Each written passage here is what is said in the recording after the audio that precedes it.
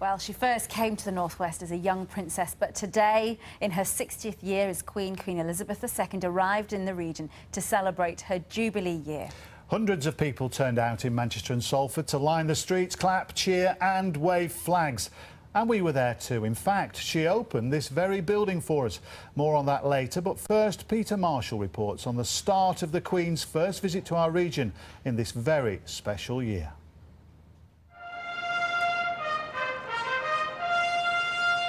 It's a winning combination: Her Majesty, music and Manchester.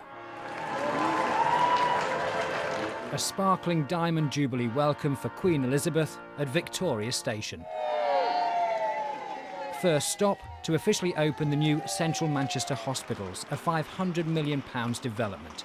Every vantage point possible employed by staff and patients. Oh, it's just absolutely wonderful. I think she's a wonderful lady. It's my last day today. I finished from maternity leave, so it's been a real honour to be part of it. Absolutely brilliant. We love you! Her Majesty has been to the city many times. Princess Elizabeth arrives in Manchester for one of the most colourful spectacles seen in the city for years. This, one of her earliest visits, 1951, the then Princess Elizabeth taking in a trip to the city's cathedral. Today, fresh memories of the monarch for the many young patients who got to meet her. I thought it was a privilege to meet the Queen because hardly anybody gets to meet the Queen, and it's like an honour to do it. She took the flower and she asked me a lot of questions, and it was a really delightful day for me because I met her and I'm very glad to meet her. It was amazing. It was just a once-in-a-lifetime opportunity. I couldn't actually believe that I've actually saw her. Fresh memories too for Jean Burnham, a former nurse and now patient at the Manchester Royal Infirmary, who met the Queen's mother 60 years ago. Perfect. It was like watching a mother come in, was honestly. She walked like 10 day, everything. Beautiful. You had a special day, yeah? God, yeah. I'll never forget it. Never. With little time to waste, Her Majesty was off to her many other engagements. Peter Marshall, BBC North West Tonight, Manchester. Great stuff. Yeah. Well, joining us now is Pauline Lloyd, who holds royal tours, really, of Manchester. Pauline. Right. Now, the Queen first came here as a princess in 1949. We can have a look at her in a minute in 1951, right. Thereabouts. Right. What significant changes will she have seen around the city over the years? Well, she'll have seen things like the arrival of the Metrolink. She'll have seen the whole development of the Millennium Quarter after the bomb. She'll have seen the aquatic centre, the stadiums that were built for the Commonwealth Games. More recently, she'll have seen things like the Beetham Tower, tallest building in Manchester, that kind of thing. But the interesting thing is that she's actually opened many of those buildings, so she'll have tracked them almost faster than we will have done in Manchester ourselves. Yeah, and talking of which, Queen Victoria opened the Ship Canal, didn't she, in 1849? We've got an etching of it, actually. Yeah. But what is this Queen's major legacy then in the city? I suppose it would be the Commonwealth Games, really, because that's probably one of the biggest events to have happened in the last century, really, in Manchester, and she opened it and closed it, and also she spent a lot of time here in Manchester in between while the Games were on, visiting places like the Christie Hospital. So I think she'd probably be most remembered for that, really. And she got a very warm welcome today. Has that always been the case? Yes, yeah.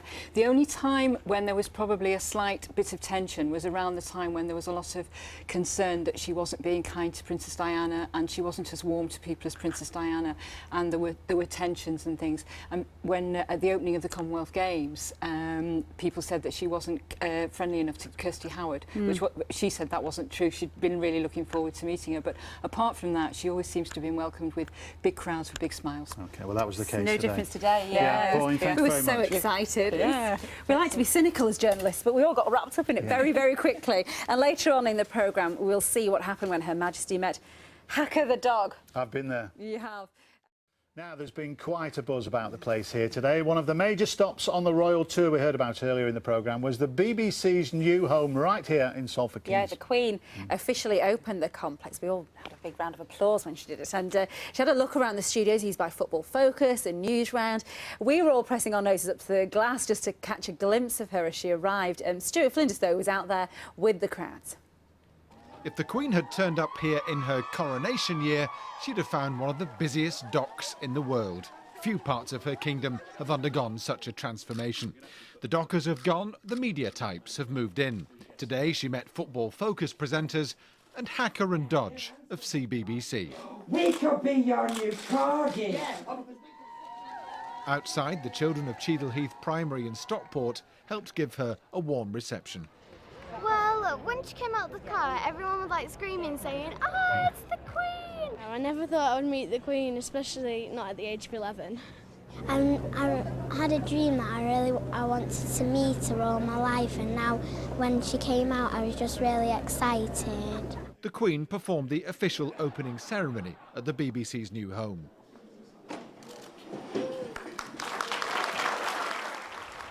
Broadcasting's changed beyond recognition since the Queen came to the throne. Back in 1952, there was only one TV channel, only one broadcaster. In fact, a former Director General, Lord Reith, warned that the prospect of an ITV was akin to the bubonic plague. That warning came in the very year of the Queen's accession. Hard to believe that our Queen in 2012 was on the throne when broadcasters talked like this. We try to preserve for posterity and for the basis of future programmes, at least some of those things which, well, characterise our life and times. Elvis was still waiting for his first hit when Elizabeth became Queen. Today she set Elvis's and other charity runners on their way as they raised funds for sport relief. Most here were just happy to have seen their monarch. Oh, when I saw her sat there, I was so overcome. Filled up with tears. I've never seen her before. No, she's just so beautiful. Didn't realise how gorgeous she was. Stuart Flinders, BBC North West Tonight, Media City. Well, joining us now are Kemoy Walker and Marlene Garnett. You were both guests today at the Urban Garden Party, weren't you, which was attended by Her Majesty. Yes. You've both been, like, beaming since you came in here. What kind of a day have you had? Tell me. It's surreal. It just does not seem real, as though it happened. She was absolutely amazing. She's wonderful. Yeah, well, she has such a soothing voice as well. What did you say to her? Sir Richard Lee's introduced us. He said, "This is Marlene Garnett, Your Majesty. She's a look, there you are. Look, guardian." Have a look. That's you. Had you met her at that point? Were you waiting for her? No, I think I was just meeting her. So go on. What did you say to her then? She asked me what a community guardian did, and I said we take care of our environment. Aww. And through it we set up a group of children called Eco Youth, and we've been going 10 years. They were doing that. And Kemoy, yeah. What did you make of the Queen? Oh, do you know what? It was amazing. It was really, really good. I mean, to me, we're talking like this is the head of the country, do you know what I mean? So, wow, I was really, really amazed to meet her. It was just wonderful when she came over to me as well. Well, we can see you, I think, in a second. Yeah, were you nervous? I was very, were your palms nervous. sweating My a bit? heart was beating. It was beating rapidly. And what's being said there? She was asking me the campaign that I did in 2011 after the riots, the Youth Mayor campaign. This is in Moss Side, This was in Moss Side, yeah, because at the moment I'm the youth ambassador for Moss Side, so I work a lot with the young people around there. So she was just asking me, like, how's it going? And I was just telling her that it's going really, really good. So you, as Ranveer says, you both have these big smiles on your face. It's inspired you, I presume, to carry on doing the good work, is it? Yeah, well, I was privileged enough to help at the garden, to plant the garden up outside the town hall as well. Yeah. So and do you get an impression that she's actually enjoying what she's doing? Like, definitely. Definitely, you know, because we just think, gosh, she's working so hard all day and meeting all these people. I think she's probably sat there now with the Duke of Edinburgh saying, I met Kemoy and Marlene today. Oh, look, I'm on the telly with them too. I wish. It was lovely, though. It was absolutely wonderful. It's a once in a lifetime opportunity. Well, you've had some amazing memories from today, haven't you? You'll pass them on. Thanks for coming to tell us about it as well. No, great. thank you. You can come down from the clouds now, eventually. Take your time. Thank you so much, Thanks both a lot, of yeah. you. I wonder if they'll be telling everyone they met me and you later on. Probably not. I doubt it, no. Let's meet someone else now. No. Did you manage to have a glance at the Queen today? I wasn't in at that time of day, but I was filming in Clitheroe. Wonderful. Yeah, so you and I were kept away from her. Yeah, well, and she had wonderful weather, and we're going to leave you now with some great images of an historic day in Manchester. Enjoy. Good night. Bye.